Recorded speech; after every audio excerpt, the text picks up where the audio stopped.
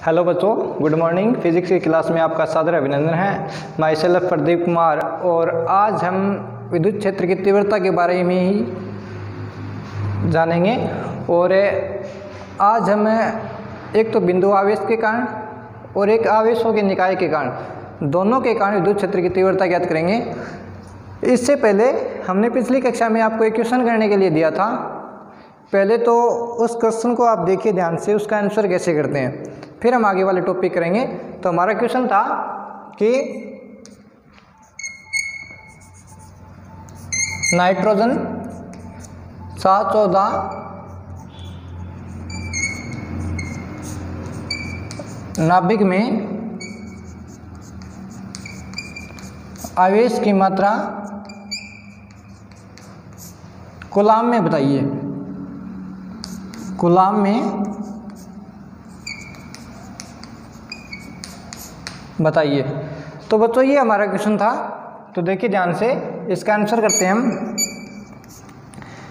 Nitrogen 714 का मतलब है कि इसमें हमेशा किसी भी परमाणु को हमें अंकित करते हैं तो हमारा मान लिया इस प्रकार कोई भी परमाणु, ये कोई एक्स है, कोई भी परमाणु हमारा, तो यहाँ पर जो संख्या होती है वो तो लिखते हैं हम जेड से, और यहाँ पर ये चाहे वो यहाँ पर लिख दें, ये होती है ए से लिखते हैं। जहाँ पर जेड तो होता है उसका परमाणु क्रमांक,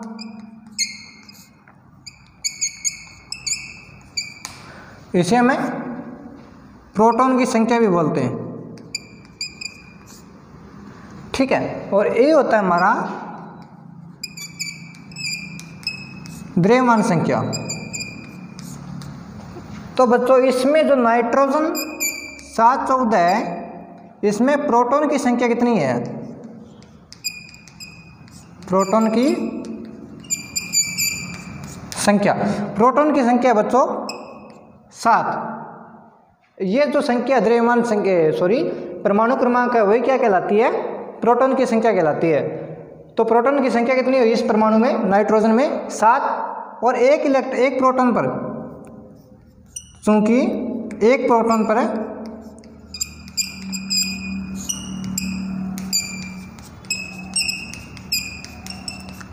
आवेश कितना होता है? 1.6 गुणा 10⁻⁻19 कूलाम। प्रकृति पॉजिटिव होती है इसकी। तो हमें क्या ज्ञात करना है? इसके नाभिक में उपस्थित आवेशों की मात्रा बतानी है हमें कूलाम के अंदर। तो हमारा फॉर्मूला होता है किसी भी नाभिक में आवेश की मात्रा ज्ञात करने के लिए, इलेक्ट्रॉन के लिए हम काम में लेते हैं Ne। ये जब होता है जब इलेक्ट्रॉन की संख्या में दे चुकी होती है।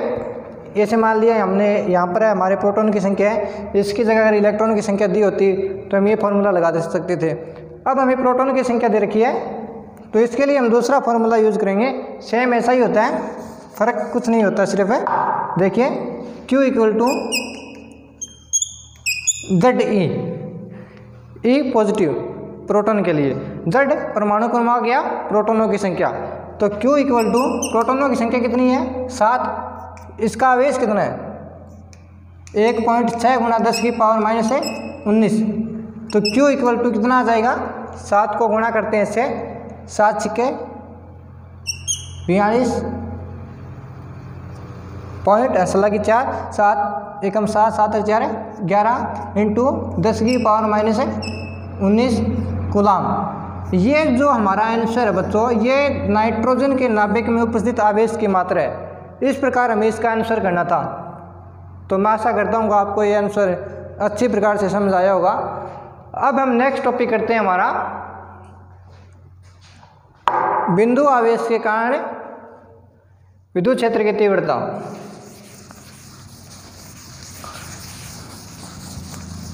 आसान सा टॉपिक है और आपको एक बार करने से ही समझ में आ जाएगा। तो टॉपिक का नाम हमारा बिंदु आवेश के कारण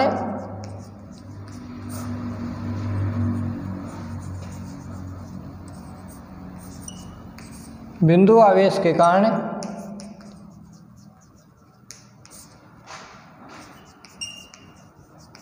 विद्युत क्षेत्र की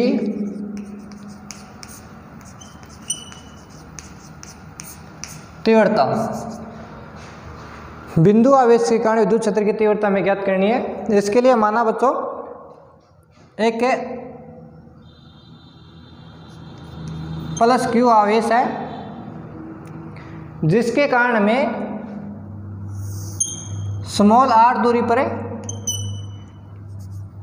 एक बिंदु P है, उस पर हमें क्या करनी है, विद्युत क्षेत्र की तीव्रता ज्ञात करनी है। और मान लिया इस बिंदु पर एक अन्य आवेश की कल्पना करते हैं और उस आवेश को आप जानते हैं, हम इस आवेश को एक परीक्षण आवेश लेकर चल रहे हैं, टेस्ट चार्ज। इस आवेश के कारण r दूरी पर स्थित बिंदु P पर आवेश जो हमारा Q0 है, इस पर हमें विद्युत क्षेत्र की तीव्रता की गणना करनी है। और इस आवेश के कारण इस बिंदु पर जो फोर्स लग रहा है वो बाहर की ओर है, और जहाँ पर फोर्स की डायरेक्शन होती है वहीं पर विद्युत क्षेत्र की डायरेक्शन होगी। तो यहाँ पर भी किसकी डायरेक्शन है, विद्युत क्षेत्र की डायरेक्शन है। तो बच्चों ये क्या, हमें बिंदु आवेश के कारण विद्युत क्षेत्र की तीव्रता ज्ञात करनी है। हमने बिंदु आवेश माना है क्यू चार्ज है, इससे r दूरी पर स्थित बिंदु P है, जिस पर हमें क्या करनी है, विद्युत क्षेत्र की तीव्रता ज्ञात करनी है। और इस बिंदु P पर हमारा एक टेस्ट चार्ज स्थित है जो Q0 है। अतः ध्यान से देखिए बच्चों, Q और Q0 के मध्य लगने वाला कूलाम बल, पहले तो यह ज्ञात करते हैं, Q तथा Q0 के मध्य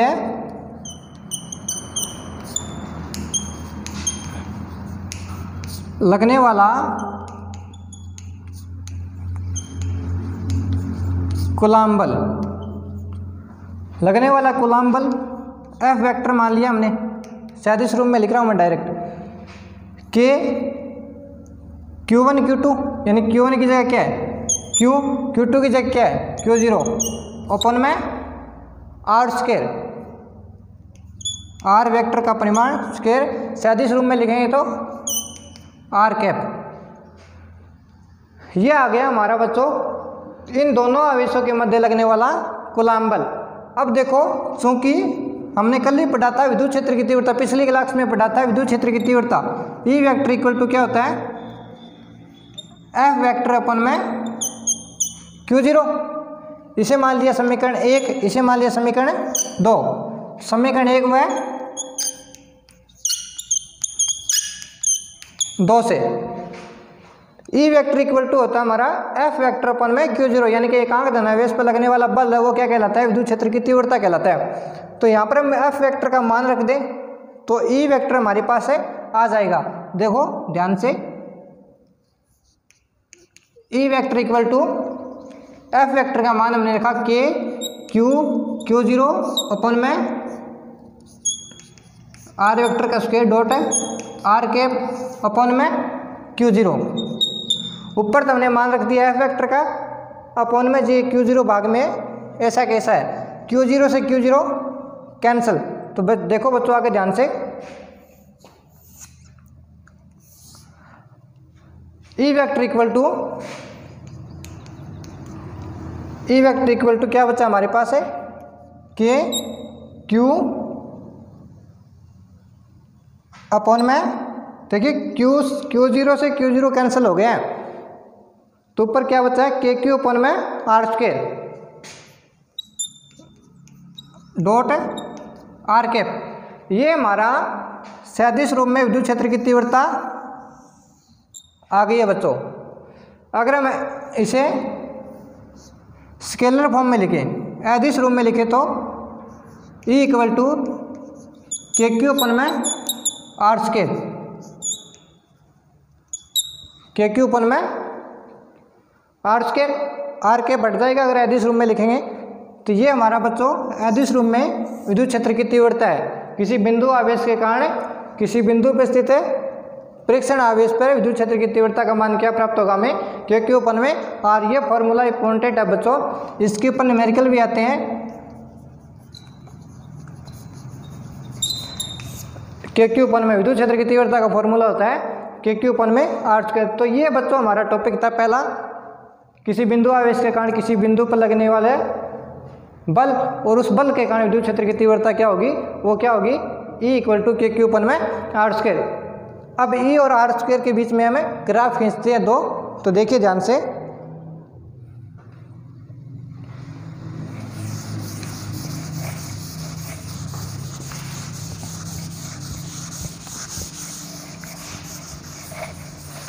पहला ग्राफ तो हम किसके मध्य लेते हैं,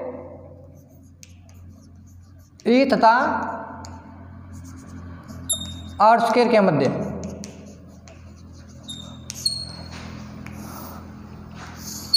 ये हमारी E है विद्युत क्षेत्र, और ये हमारी दूरी है r²।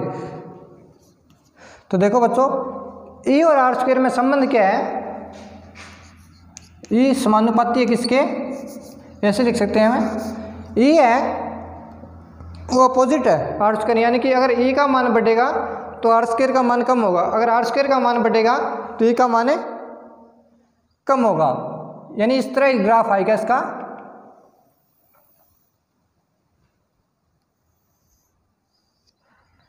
अगर E का मान मैक्सिमम होगा तो R का मान कम होगा, यह मान लिया हमारा 0 है। अगर जैसे जैसे हम R का मान बढ़ाते जाएंगे E का मान है वो कम होता जाएगा। यह था E तथा r² के मध्य ग्राफ। दूसरा हम लेते हैं E तथा 1/r²।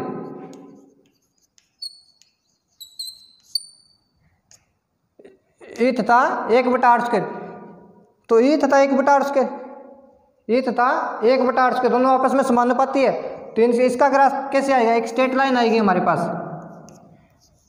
ये हमारी E है, सॉरी 1/r² लिखना हमें, 1/r²।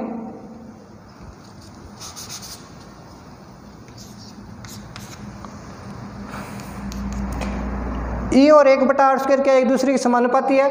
देखो बच्चों, डायरेक्ट r² लेंगे ना तब वो क्या हो गए, व्युत्क्रमानुपाती हो गए।